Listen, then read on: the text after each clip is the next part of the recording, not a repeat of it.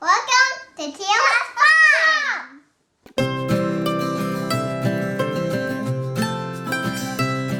Today we're going to talk about the 5 discoveries we've made since starting our little farmstead. 5 discoveries that we weren't expecting to make, that is. Number 1! When we first were trying to figure out about going off-grid, one of our biggest concerns was how on earth we were going to stay cool in the summer. But living here, we've learned that that was kind of a silly concern. Just a second, okay? I'll be right there. Okay, I'll be right there. The house faces south, so the sun comes in a little bit in the morning and a little bit in the evening. And when it's really hot out, it's not sunny in the house. It actually stays pretty cool. So staying cool in the summer wasn't really that big of a deal. Staying warm in the winter, though, especially at night, was a little bit more of a challenge. Good night, ladies.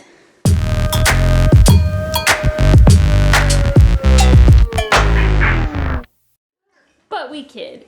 It's not quite that bad. But I definitely understand now why people used to sleep with nightcaps on and under heavy quilts. Mommy! It does get a little bit chilly.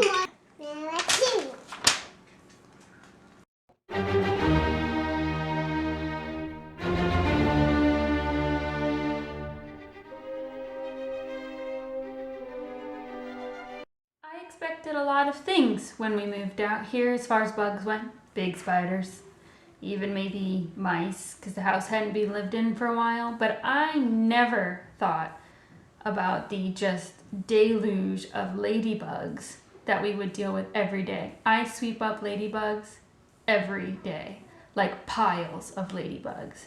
And I've heard all sorts of tricks, from red pepper flakes to the diatomaceous earth inside. And it doesn't go away in the winter. It just slows down an itty little bit. I don't know where they come from. I don't know how there are any ladybugs left outside. But it really is incredible how many ladybugs that we deal with in the house every day. Number 3! Drying clothes on a clothesline works great when it's windy and sunny out. But when it's the middle of winter and it's not sunny and it's raining and it's cold and you try to dry things inside, you better have a lot of patience. And you also better be really smart about your fabric choices. Like the modern cloth diaper with these thick inserts, they're hard enough to dry in the summer without a dryer. The winter, it's pretty much impossible. It can take more than a day, and even in front of this fire, to get these dry. So I've definitely learned that when you're going to live without a dryer, you need to make smart fabric decisions. And in the winter, you need to be really organized about when you do your laundry, because you need to take advantage of any sunny day you can get. Number 4! One of the most interesting lessons, I think, or discoveries that I've made since moving to this new lifestyle working towards homesteading is how much stuff that we waste and throw away in kind of our modern convenient life. And I would have said, last year if you'd asked me, I would have said, oh gee, yeah, we do pretty good. We don't produce a lot of waste. But now, I take that back. We do. And we definitely did, and we still do, and we're working really hard to get it down. But one of the things that we've learned since moving here is that a lot of the waste that we produce in town and then pay somebody to come haul away from us is actually very useful material.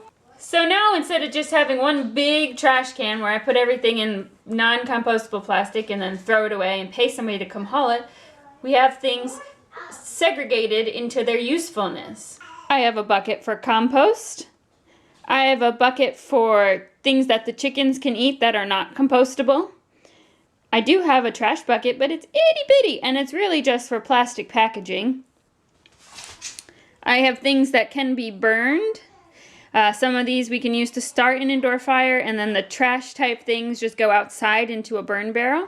And then behind that, we have our recyclable materials, which I would say we fill up about once a month. We try not to buy a lot of plastics things, because even modern recycling still produces a lot of waste.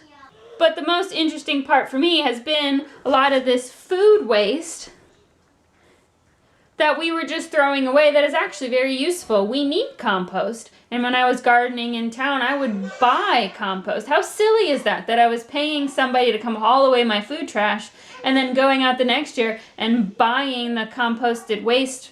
So I was paying for it twice. Now we make our own. We save money. We're doing better things for the earth. It's been a really neat lesson.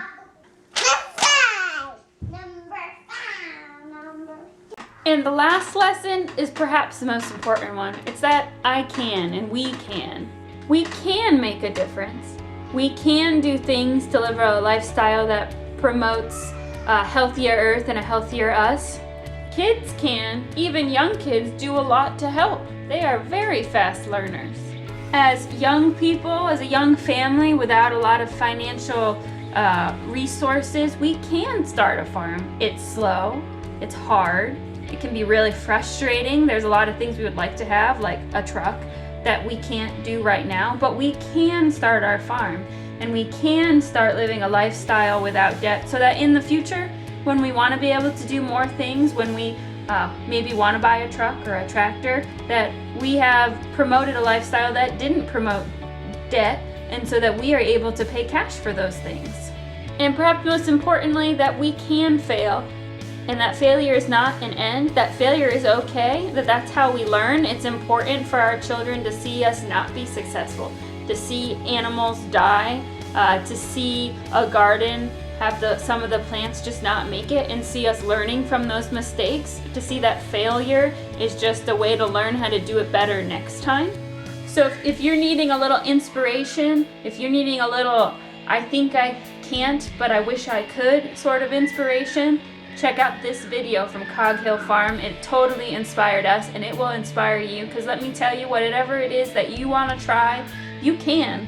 It is hard to try anything new, whether or not it's homesteading or farming or something completely different, something that you've never maybe had experience before, but just because it's hard doesn't mean you can't. So thanks for watching. Those are the 5 lessons, discoveries, challenges, whatever you want to call them, that we've learned since moving to our little farmstead, hopefully one day homestead. That's all we have for you today. Thanks for watching. Don't forget to like, comment, and subscribe, and we'll talk to you next time.